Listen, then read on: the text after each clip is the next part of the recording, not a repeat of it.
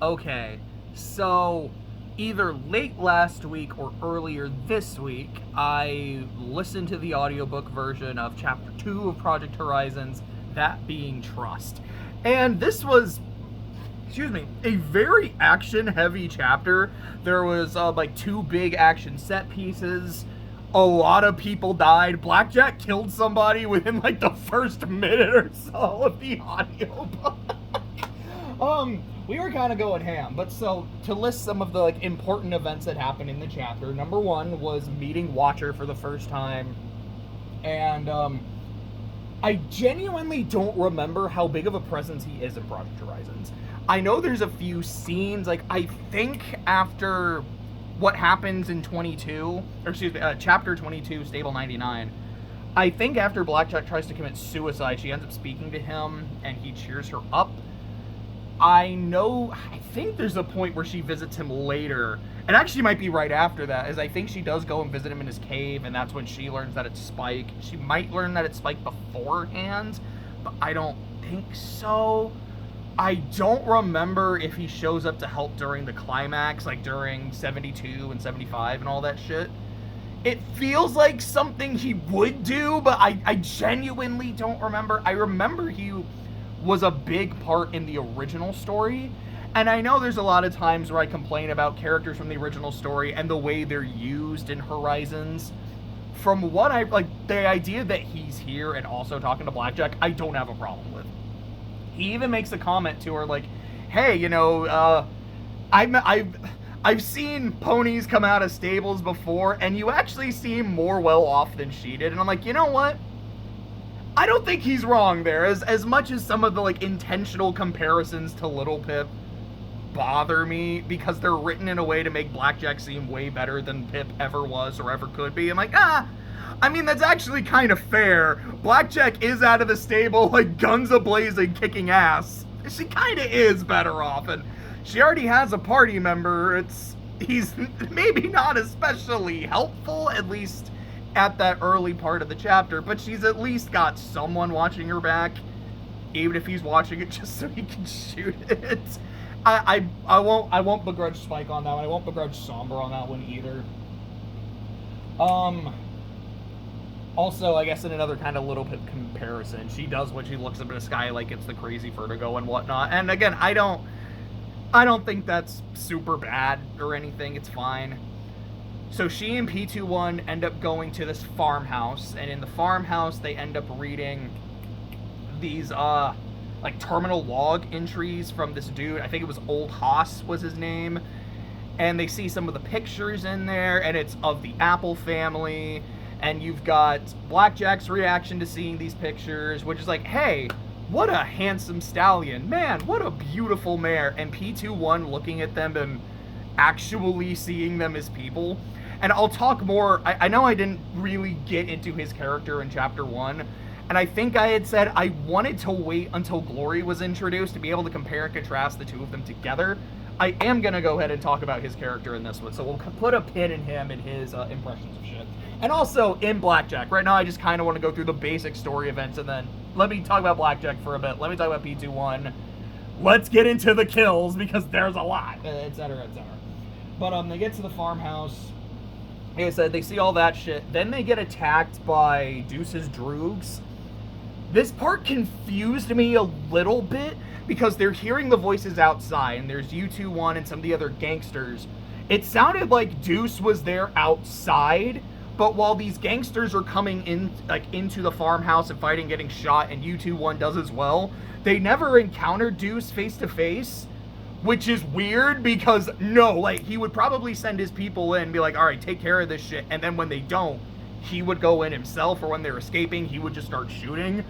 The fact that he didn't, maybe he wasn't there the entire time, or maybe he wasn't there and I misheard that. I don't know, but it felt a little weird. Blackjack kills a lot of people in this scene. It's not the only people that she kills, but there's one, and like I said, I'll get to talking about the scene more in depth a little bit later. There's a scene when she shoots someone in the face, They don't immediately die and are there on the ground, writhing in pain, in like their death throes as their face has been like fucked up. And Blackjack points a gun at her head, but can't pull the trigger. And okay, put a pin in that. It's like I'm gonna talk about it a little bit more, but it's a really important moment here to bring up, as well as the fact that when she's fighting U-2-1, something similar happens. She shoots him, doesn't kill him, and he gets badly injured. But unlike with the mayor, who she's like, I'm not gonna kill her, I can't, she was fully prepared to send this dude to the eater until P-2-1 told her no and started blasting at her to get her to stop.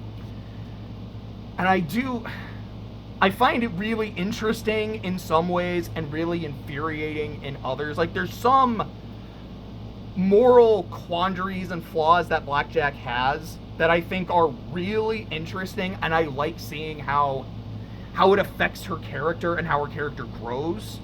There's others that I'm like, this just bothers me, and I kind of get it, but I don't get it, and I just find it frustrating.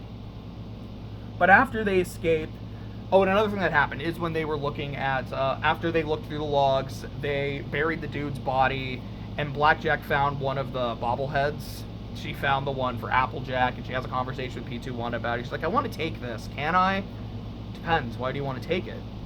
Is it because, like, you want really neat shit? Is it because you think she's good to look at? It's like, no, it just, like, it feels important, and it says be strong, and I'm someone who wants to be strong, and we have to remember them because no one else will, and this gives me something to remember them by. Okay, then I think you can take it. That's what happens at the farmhouse. After the farmhouse, they end up going to a school, which some of that Watcher pointed them in the direction of.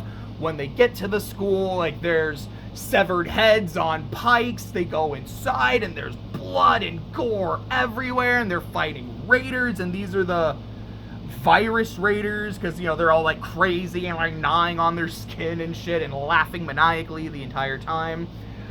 Blackjack again kills a lot of fucking people. P-2-1 is very hesitant to start fighting. He does not want to use a gun in almost any circumstances. But after they're able to clear the school, including the, like, butcher room, and I was like, this is a really fucking cool location, like, set piece for a fight. They end up saving a bunch of kids. There are 6 of them. I'm not sure how important that number is, because I think the scene where it's important, I think there were more than 6, but maybe I'm wrong. It's been a while since I've read it, and that I'm not going to have to know until like 40 more chapters, but we'll get to that when we get to that. But they save some kids. Blackjack passes out because someone shot her, and then she wakes up, and she's like, P-2-1, what the fuck? It wasn't me. And then they're like, no, it wasn't him. There were some raiders that got left, and he threw a grenade and fucking killed them. And that's basically how the chapter ends.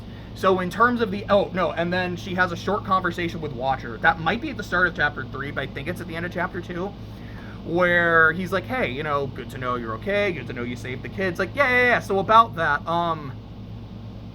you knew they were there. Like, when you told us to go in this direction, you did it for that, right? Yeah, I did. Okay, I'm not mad that you pointed me in the direction to go save some kids. I'm mad that you manipulated me and you didn't tell me about it. Fair enough, but also, I don't know that I can trust you. There's so many people who, if I told them, like, hey, there's some kids who need your help, would not do it. They would go in the opposite direction because they don't care. This was basically a secret test of character, and you passed. And then Blackjack's like, I mean, thanks. And I'm glad I did a good, for as long as that lasts. But it's like, I did a good, but I don't like this feeling of being manipulated into doing someone else's dirty work. Like, oh, Blackjack, just wait till you get to chapter 65. You'll find out you've been manipulated for a long time, homegirl. But that's the basic events that happen in the chapter. So now I want to actually kind of dive a bit more in depth into Blackjack herself, and then into P-2-1. So, when it comes to Blackjack and her inability to execute the mare and her lack of hesitation when it comes to the stallion, there's two ways to look at this. Number one is Blackjack's sexism, which what I was saying earlier, that there's one of Blackjack's flaws and moral quandaries that I find really interesting, and it is her sexism. It's the way that she views stallions. She talks about it in chapter 1, that stallions are dumb. They're not smart enough to do this. Like, oh my god, there's a stallion who's smarter than me. Don't I feel even dumber because of that? I don't remember if it was the end of chapter 1 or if it was here in chapter 2, when, maybe it was actually, no, I don't think it was in chapter 3, whenever she touches P21 and he freezes or kind of crumples up, she's like, oh, he's a stallion, he should be used to getting touched. As P21 brings up, when they're at the house and they're seeing they see the stallion in uniform, Blackjack's like, damn, he looks fine as hell, and makes a joke about it. There is the part of me, big picture mode, where I'm like, Blackjack, that's your grandpa. There's a lot of greats, but that is your grandpappy. I don't know, it's kind of weird, Blackjack, even for you. Not that she knows, of course. And P21's disgust with her, it's like, that's all you see? When I look at these pictures, I see a brother. I see a soldier. I see someone who was loved and respected, who had a career, who had his life ahead of him. All you see is something to fuck. Is that really all we are to you? You really are like a mare from 99. And again, Blackjack, when she's fighting that mare, she could kill her, could execute her, but she's like, I can't do it. But when it comes to U21, no problem. And then when P21 stops, she's like, well, it's fine. It'd be a waste of ammo anyways. It's interesting that the mare's life is actually treated as a life, and she treats it with the proper amount of reverence and sanctity. She does not do that to the stallion.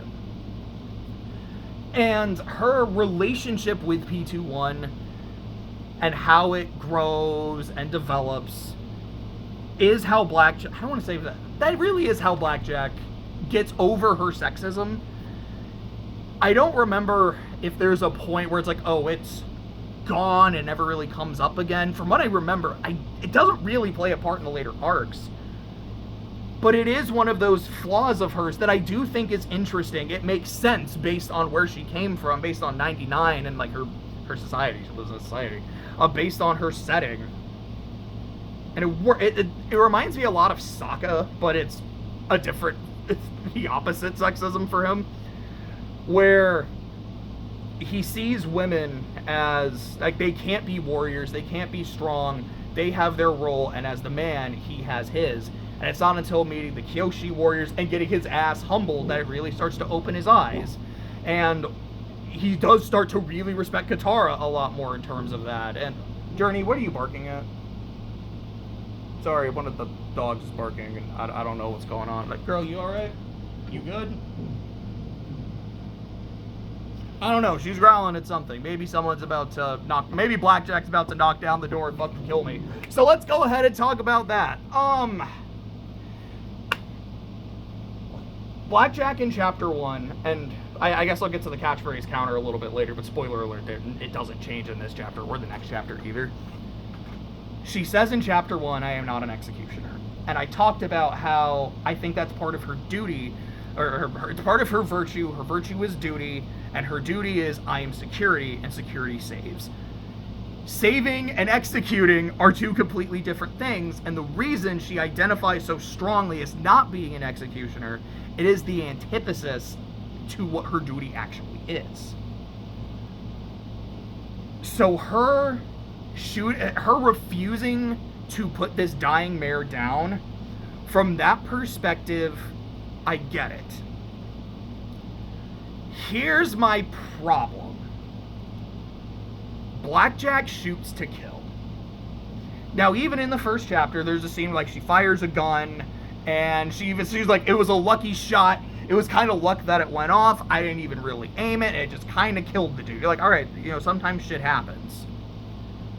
Blackjack actively uses sats, which is, like, she is choosing where to target. She does not shoot to disarm, to wound, to disengage. Like, when the person peeks her head in and sees Blackjack, and that person has the look on her face of, oh, I'm fucked. Like, she got me, she got the drop on me, I'm completely fucked. Blackjack does not try to talk her out of it, and then as soon as she gets attacked, start fighting in self-defense, she immediately starts shooting and uses sats to shoot to kill. When I look at a character like Batman, where an important part of his character is I do not kill, I can see it in the way that he fights and the way that he tries to deal with his enemies. Sometimes shit happens, but he is not actively trying to kill them during the encounter. When I watch Trigun, and Vash the Stampede is fighting a member of the Gung Ho Guns or some other asshole, he is deliberately not fighting or shooting to kill. It is to wound, to disengage, to disarm. You can make a counter argument that those characters are far more skilled than Blackjack. Blackjack is, fighting in a desperation mode. She's kind of fighting on instinct. And that's not wrong, but again, when you're using sats, like,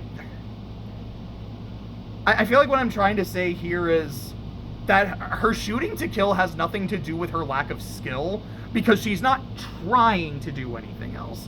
And again, it's not like when that mayor pops her head in, Blackjack's like, hey, let's try something else. Oh shit, something else doesn't work. Well, I have to fire.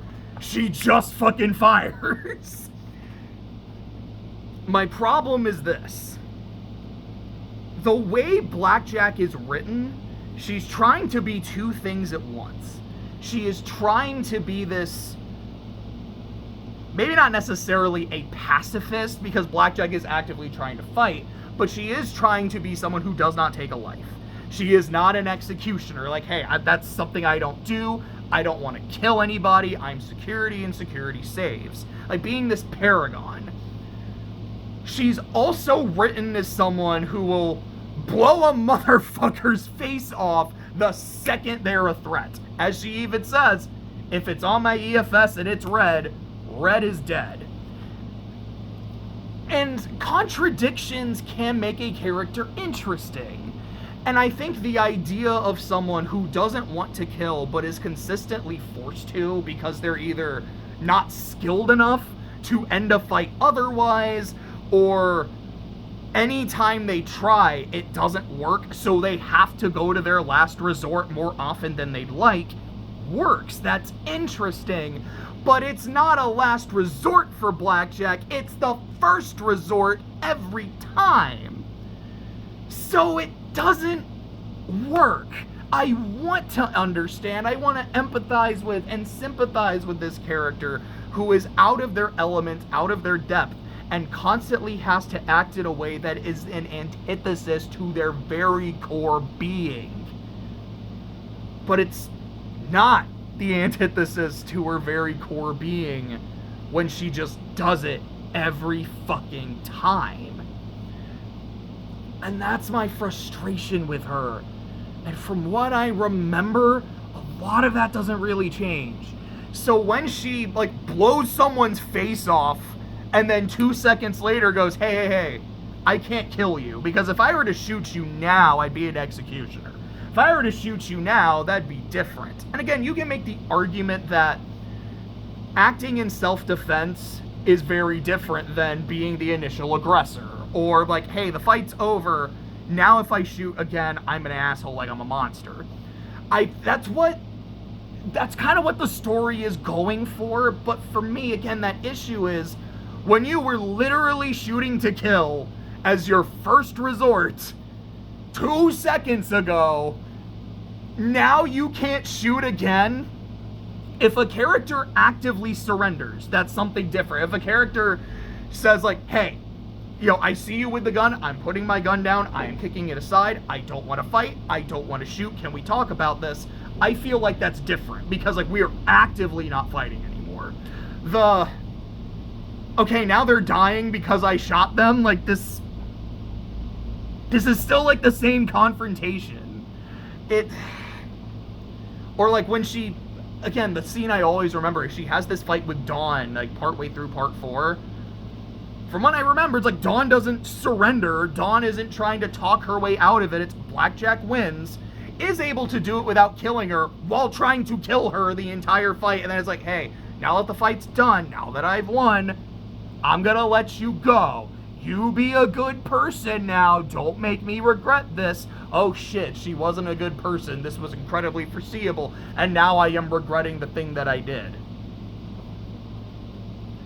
Blackjack, why? Blackjack, why do you do this? Why do you, Blackjack? That's the shit that just frustrates me. Some of her flaws make her interesting and I think genuinely make sense, and seeing her grow past them really endear me to her character. Some of the other flaws just annoy the hell out of me, and I can see what the story is trying to do, but it just doesn't quite work. So, that's what I wanted to say about Blackjack. Now, I want to talk about my point. Now, I want to talk about, excuse me, good old P21, and oh boy, I've got quite a bit of notes. I'm sorry, I'm trying to get it all in a way that's easier for me to read and easier for me to look at, because like I said, with all the shit I have, it is on a computer. And okay, so like I was saying earlier, I also need to get some water. It's really hot in this shirt, by the way. It's a very comfortable shirt. It feels very nice to wear, but boy, like wearing a black shirt in like 104 heat outside, even with the AC blasting, it is still very uncomfortably warm.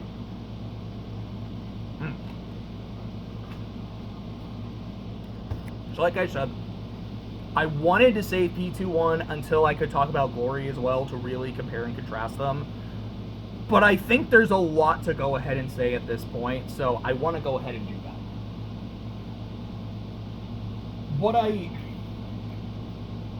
Sorry, I'm trying to read my notes. What I like about his role in the story, at least at this early point, is that he is Blackjack's best attempt at a moral compass or guidance. As she asks him in this chapter, I don't remember exactly what it was that she asked. It might have just been like for taking the Applejack bobblehead. It might have been for something else. He's like, why are you asking me? I don't know. You seem like you know what's right.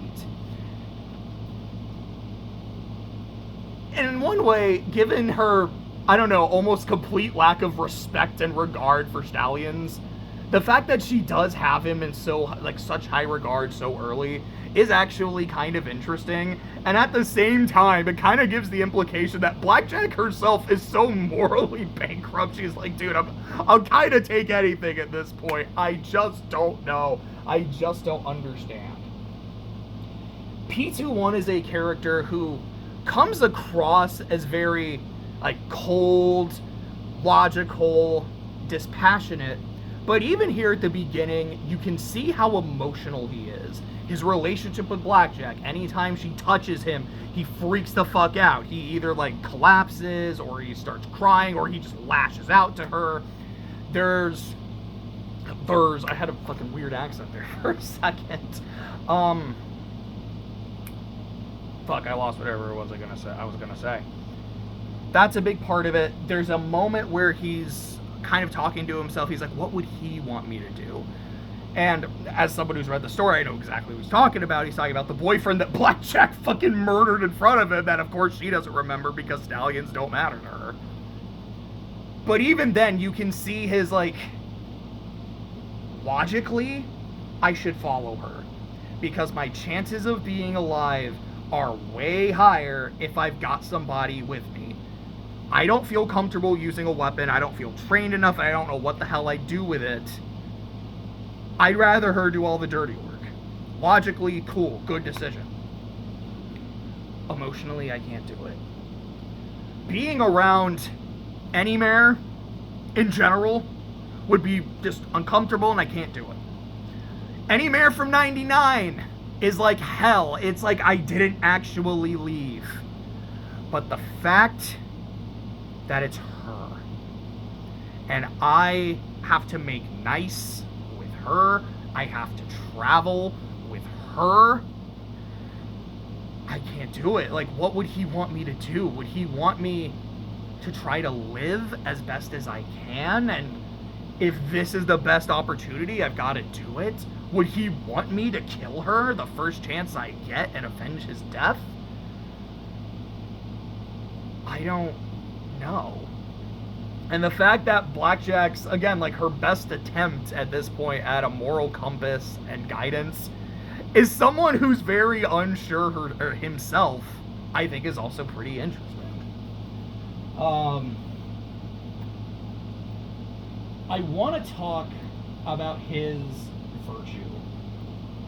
And I don't know if I'm going to do this for the entire party, because I'll be honest, I don't know what really most of them are. I feel like I've put a lot of thought into Blackjack's over the years, like while reading the story. I've definitely put some thought into P21's. What the fuck is Rampage's virtue? I really don't know. To me, P21's virtue is freedom. And it is his desire to be free and break his chains. And that's really interesting to me, because for a lot of the story, he is still bound. Even though he doesn't think he, like, the reason I love the first half or so of Tales of Arise, when you're going through the Renin Lords, it's because of how much I like the main theme of the game. And it is about freedom and slavery. What does it mean to be free, and what does it mean to be a slave? Is it a physical state of being? Is it a state of mind? Is it both? And you see all these different ways that the Danans are enslaved. In the first area, they're literally slaves, like working in the pits and getting bruised and abused and murdered. In the next one, from what I remember, that wasn't the case, but they're living in this Orwellian state. It is a state of mind. In the third one, they are free, but there's always this very tense veneer that, like, at any time something could go wrong. So while we're free, maybe we're not as free as we think they are, or we think we are. And then you get to the next one where they've overthrown the Renin Lord. They're completely free and everything's Gucci. But again, they're slaves to their anger and to that state of mind, and they fall right into her trap. And then you get the last one where it's this, like, religious cult, and they have no free will, and it's kind of both a state of mind and a state of being at the same time. I find it so interesting. It's why the rest of the game, you can kind of argue that it's still there, and how the Renins are also a slave to this as well, because they don't know the shit that's really going on. That is a lot of what P21's story is. He says to Blackjack, it was either the start of this chapter or the end of the last one, that I would rather die outside and be free, or excuse me, I'd rather die free out there than live inside here as still a slave. You know, it's not quite the, reign in hell, or, what is it? Reign in hell, slave in heaven from Paradise Lost. I can't remember exactly the phrase off the top of my head. It's not quite that, but it's kind of still similar to that. Being around Blackjack, even though he is physically free of 99, he's not truly free because he still has that state of mind. He can't be around her without thinking about that place. He can't touch her without thinking about that place and the things that were done to him, the things that she specifically did to him and to somebody he loved. His relationship with Blackjack, though, that is one of the things that helps him to break those bonds and to break those chains. going from I fucking hate you to I tolerate you into, okay, I'm actually your friend and I genuinely forgive you, into genuinely falling in love with her and being able to have a relationship. And then they go back to 99. And granted, that happens way before, like, they're actually in a relationship, and you can make an argument if he genuinely loved Blackjack at that time or not, if it's something that happened later. I think later in the story, he does say, he's like, no, like, I didn't love you then, but I think I love you now. I'm not as sure about that, because the return to 99 absolutely breaks him. He goes back to being a slave. It is physically being a slave because he's taken back by the Overmare and fucked like nothing happened. His relationship with Blackjack doesn't completely reset, but it is interesting to me that, how do I want to say this? It's kind of like how he became, like how early in the story he starts off as Blackjack's moral compass. She almost kind of became that for him, and is almost like an anchor point that grounded him. After she tried to kill herself in 99 or right after 99, to me it's like he kind of, it was like nothing mattered. That is really kind of what happened. But it's not just because of Blackjack, it is a few things. Yeah, sorry, I had a hair in my mouth. All of the shit he did in part 1 and the start of part 2 didn't matter, because the second he stepped back in 99, he was still a slave. His desire to set the other males free didn't matter, because none of them wanted to leave. His friendship with Blackjack, and potentially his love for Blackjack, didn't matter, because she would rather die with the rest of 99 than stay alive with him. And then there's Scotch.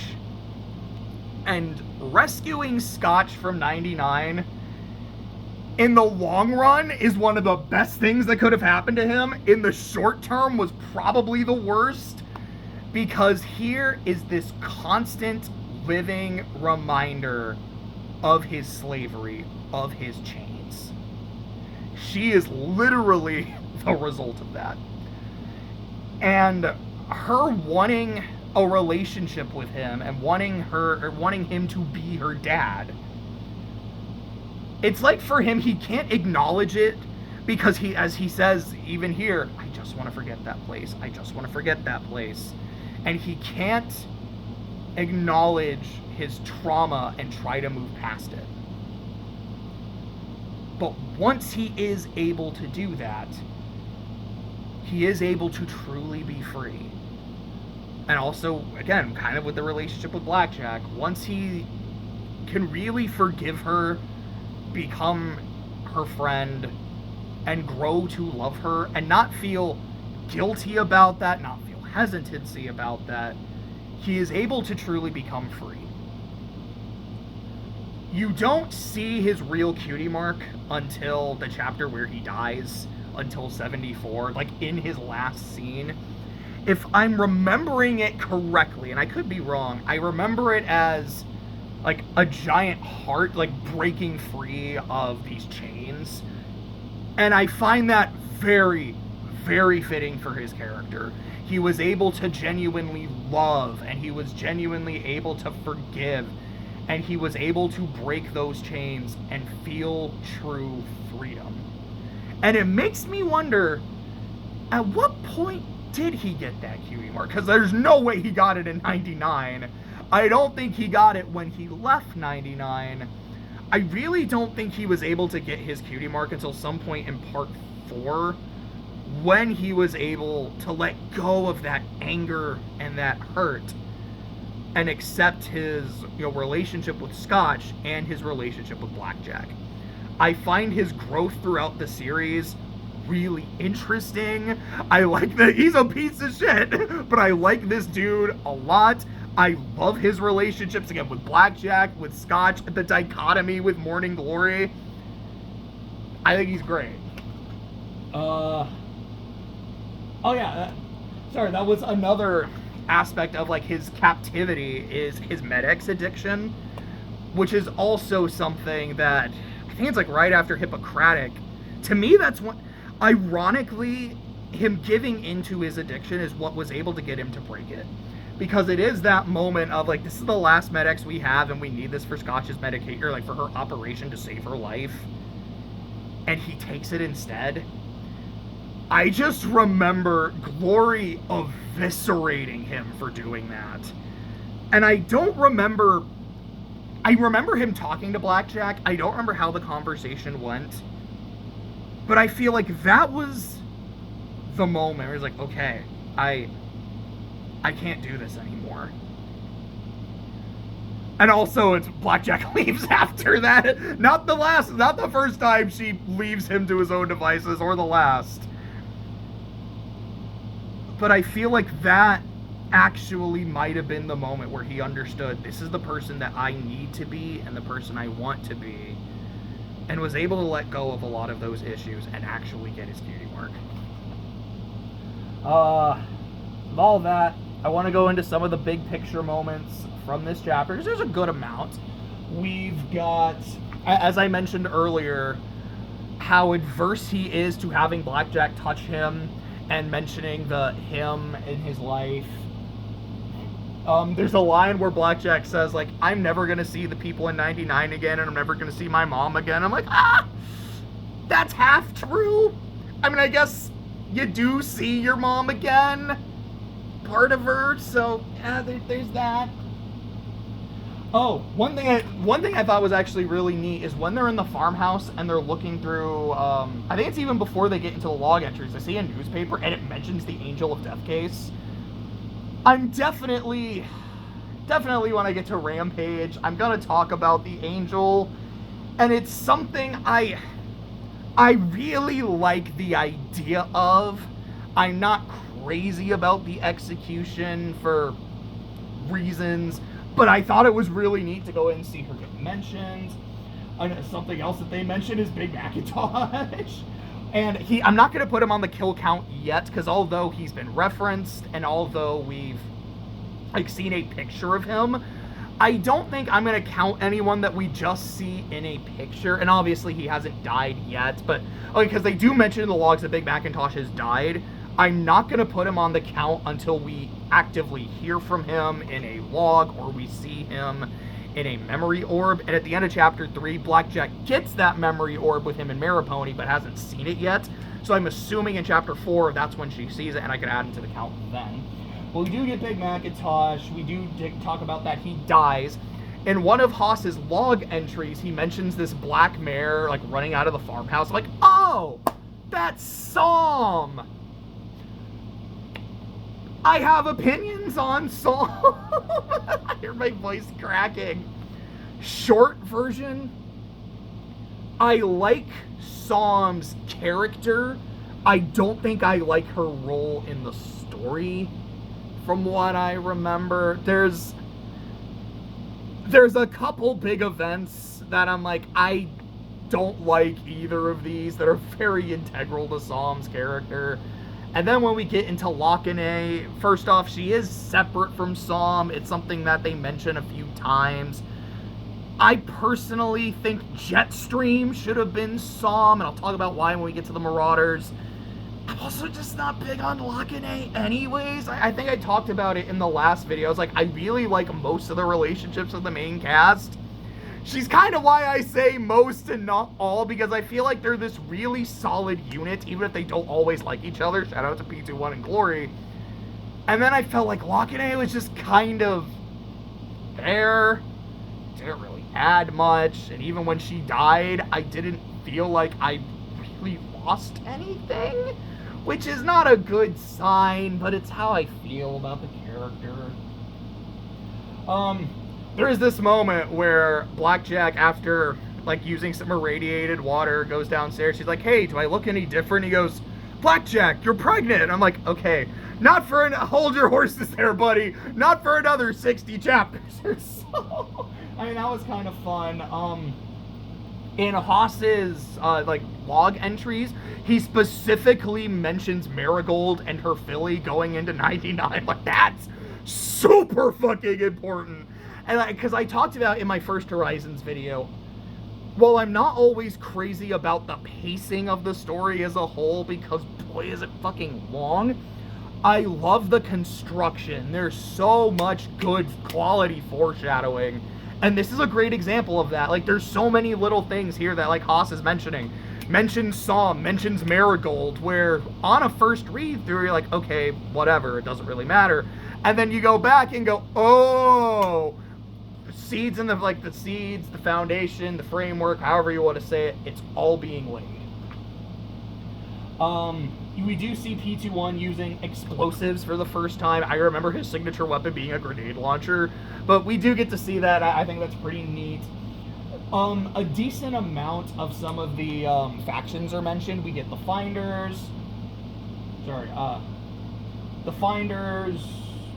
Huffington Reapers, and while it's not a faction, we do get Shadowbolt Tower actually mentioned. I know that's a really big location. That's the climax of, I almost said chapter 4 of Arc 4. Again, I said there's the number of Crusaders. I don't know how important that is for Yellow River, because I feel like there was more than just the 5 of them. Maybe I'm wrong about that, but we'll see when we get to Lucidity. So those were the big picture numbers. In terms of the kill count, 26 people fucking died in this chapter, which in total from chapter 1 means at this point there is a total kill count of 54. So counting the numbers, like going through the kills, we've got, I'll say it like this, there were points where it was really hard. When they're in the schoolhouse and you've got, like, alright, there's heads everywhere, there's like blood and gore over here, like, I don't know how to count this because I'm not getting specific numbers. Like, for example, when they're in the school, I think I said the farmhouse, when they're in the schoolhouse and P21 picks up a severed head, I'm like, okay, I can count that as a kill because I see the body, that's one. When they mention there's blood and gore everywhere, I'm like, so that's more than one, but there's also all those heads outside. So is it just all the heads outside? Is it way more than that? I don't know. And then with the heads, it specifically said several, and several is not a specific number. It just means, like, more than 2, but less than many. And many just, like, it's an indefinite amount. It's a lot. What I decided is, in honor of Survivor 46 and Jelinski, if I see the word several, I'm just going to count it as 7. I know that's very unreliable and kind of bullshitty, fair, but if I'm not given something specific, I want to do the best I can. Like, I can estimate 7 as, or several as 7. Blackjack killed 13 people in this chapter, between the raiders in the farmhouse, the gangsters in the farmhouse and the raiders in the schoolhouse. Yeah, girl killed 13 fucking people. Like I said, she shoots to kill, not to ask questions, not to disarm or to disengage. And it's not that I don't get it, but when she's also trying to be like, hey, like, I'm not an executioner, like, you know, I shot this person in the face with the full intention of killing them, but now that they're on the ground, like, begging me to end their suffering, no, I can't do that, that's a step too far. I'm sorry, but how is that a step too far when shooting this person who looks genuinely terrified in the fucking face is completely Gucci? I know I talked a lot in Worm about Skitter morality and Taylor's very flexible morality.